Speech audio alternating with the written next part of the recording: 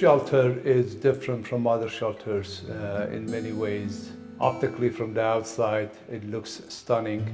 One of the nicest buildings in the whole neighborhood. And the idea for that is changing the image of what a shelter should look like. There's a lot of people that don't want a shelter in their neighborhood because it's usually a rundown building and many people live in the same room, sleeping on a cot, and that's what the image that people have. And as my wife says, we have to do something to change NIMBYs to PIMBYs, changing people that say, not in my backyard, to say, please, in my backyard. The women's hostel is necessary in a city like Toronto because there are thousands of people that are homeless on the streets or staying in shelters, and people deserve to have a space where they can get help when they're in crisis. Women have to leave abusive relationships. Women have to flee those relationships and save their lives. Women get evicted. Women end up losing their jobs.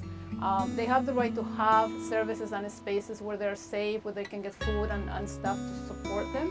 I think places like the women's hostel are crucial in communities because you don't know when you will need it, and we want to be there to support.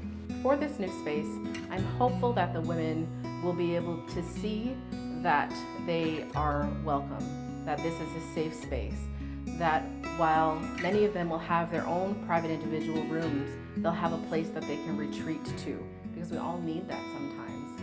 And so having a space where it's more individual rooms and less dorm style will allow people to just feel a little more dignified. It will also allow us to be able to assist them with learning how to live independently. We're giving them that stepping stone. We're starting them somewhere. I do believe that people definitely take it for granted that they can go home and lock the door behind them. Until you have experienced a time in your life when that is at risk, or you're worried about being able to pay the next bill or being able to pay your rent the next month, then you really don't fully understand.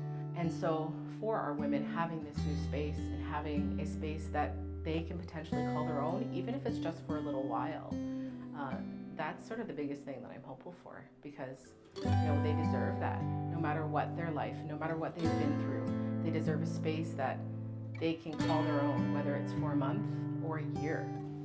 This space is going to enhance the programs at Fred Victor because it's a newly renovated space where women can have their privacy. There is a shared space where they could learn life skills and join programming. We have embedded services here like health services, and we'll have harm reduction services and case management services. We're able to enhance the program with all these services so that the women get their needs met when they're here. I know it's temporary home, but for them and for people who don't have a home, this is home. So if they could come into a clean place, beautiful space with resources, in a beautiful community, it tells them a message.